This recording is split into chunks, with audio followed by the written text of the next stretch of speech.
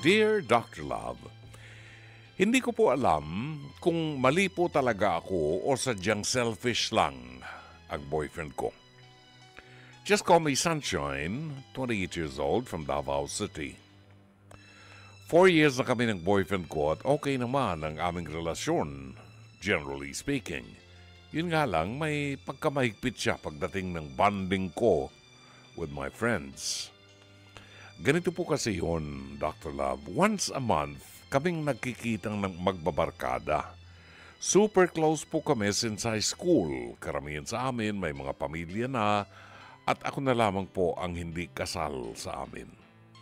Dahil may kanya-kanyang pamilya na sila, minsan sa isang buwan lamang kami nagkikita for bonding. Around 4 p.m. kami nagkikita at nakakauwi na kami sa amin ng between 11 p.m. and 12 midnight. Dito, nagagalit sa akin ng boyfriend ko. Dapat daw 10 p.m. ako umuuwi at hindi dapat lumampas dito. 10 p.m. Hindi naman po ako pumapayag lalo na't once a month lamang kami nagkikita ng friends ko. Sinusulit ko lamang naman po ang aming oras kaya umaabot ako sa hating gabi ng pag-uwi.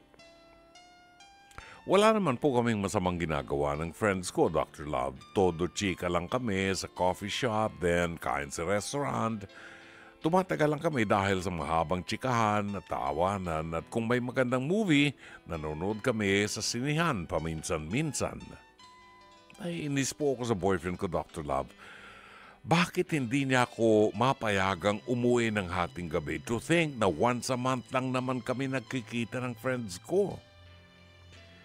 Inihahatid din naman ako ng mga friends ko sa bahay, kaya safe naman po ako. Isa pa, hindi naman po kami umiinom, kaya sure akong walang nalalasing sa amin.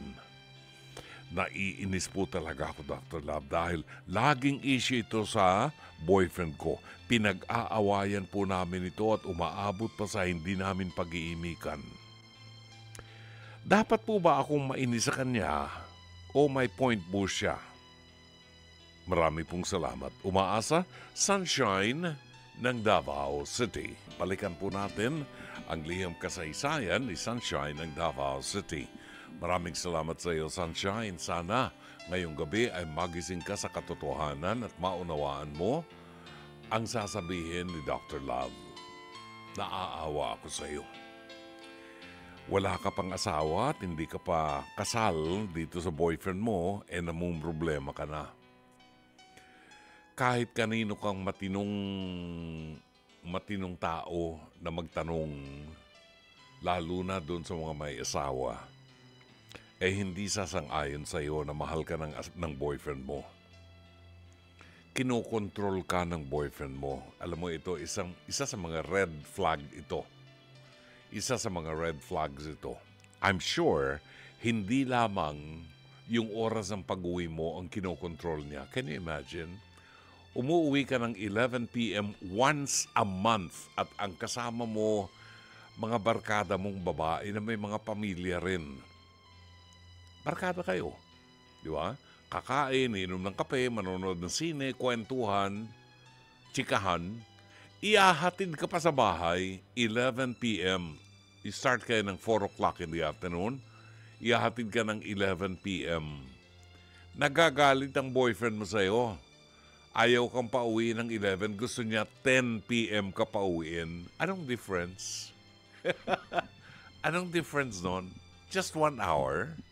Alam mo ba yung traffic sa EDSA? pumunta ka ng ABS-CBN buhat dito sa C5. It will take you about 2 hours to 3 hours bago ka makarating ng ABS-CBN. So, ano yung 1 hour? Kung umuwi ka ng 11, once a month lang to ha, uuwi ka ng 11 p.m. Dalaga ka.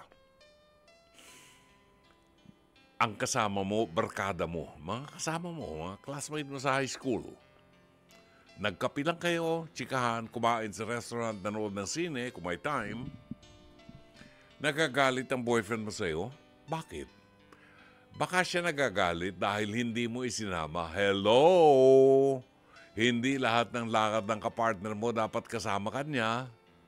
Kahit kami mga mag-asawa na, yung misis ko, tinutulak ko nga, sige, sumama ka sa mga kaibigan mo. Kasi entitled din sila sa kanilang sariling privacy. You know, may sariling buhay yan. At itong boyfriend mo, Sunshine, nagpapakita ng red flags. Kinokontrol ka niyan. Hindi pa kayo mag-asawa. Nakaw. I'm sure hindi lang yan ang kinokontrol niya sa'yo. Pati kulay ng nail polish mo, kinokontrol niyan. Di ba? Pati kulay ng sapatos mo, pati ayos ng buhok mo, kinokontrol niyan. Haba ng buhok, kinokontrol din niya.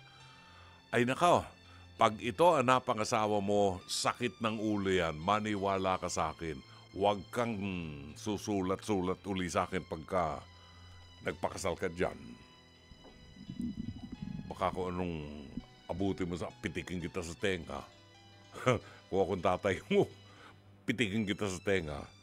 Nagpapakita na ng insecurities itong boyfriend mo. Ito ang klase ng lalaki na dapat yung iwasan sa buhay nyo. Kayo mga babae. Hindi po magandang trait ng isang lalaki yung kinokontrol ang kanyang asawa. Kung ikaw umuwi ng alas 3 ng umaga, yan ha, o 4 o'clock in the morning, umuwi ka ng 4 o'clock in the morning, sa galaan, kasama mo ang mga classmates mo na may mga pamilya din, magagalit na ako sa'yo kung ako ang boyfriend mo. Bakit? Kasi yung mga classmate mo na may pamilya na, hindi dapat umuwi ng madaling araw kasi may pamilya yan, may mga anak yan, may asawa yan. See?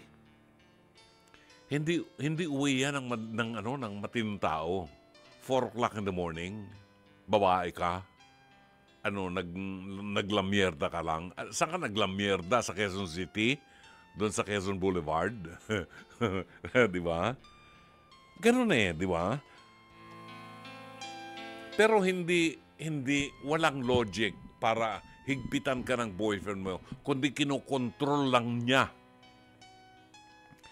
Kinokontrol ka lang niya. Gusto niyang makontrol ka. And this is not a good sign. I'm telling you.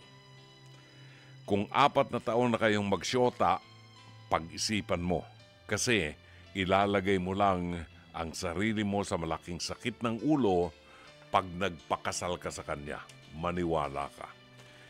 Ikwento mo yan sa tatay mo o sa nanay mo. At yung sinabi ko sa iyo, yun din ang madidinig mo sa tatay mo.